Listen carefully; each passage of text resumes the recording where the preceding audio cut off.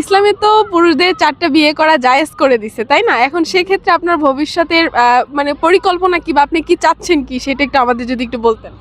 আমার ভবিষ্যৎ পরিকল্পনা হচ্ছে আমি যদি জীবনে অনেক টাকা ইনকাম করতে পারি তাহলে বিয়ে করব, আর যদি টাকা ইনকাম না করতে পারি তাহলে বিয়ে করব না, চিরকুমার থাকবো।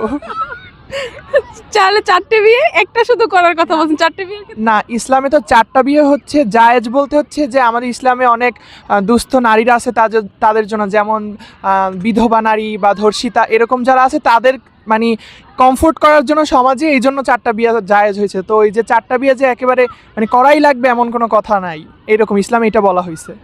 এই উত্তরটা ওইসব পুরুষদের জন্য, ঠিক আছে, যারা একদম 4টা বিয়ে করার জন্য লাফাইতেছেন, অলরেডি টাকা তো ইনকাম করতেছেন না, ঠিক আছে, প্রথম বউরেই ঠিকভাবে রাখতে পারতেছেন না, আরো 3টা বিয়ে করতে চাইতেছেন। তো ইসলামে 3টে, আরো বাকি যে 3টা বিয়ে করতে বলতেছে শুধু এই কারণেই করতে বলছে, আপনার সুখের জন্য করতে বলে নাই। Thank you.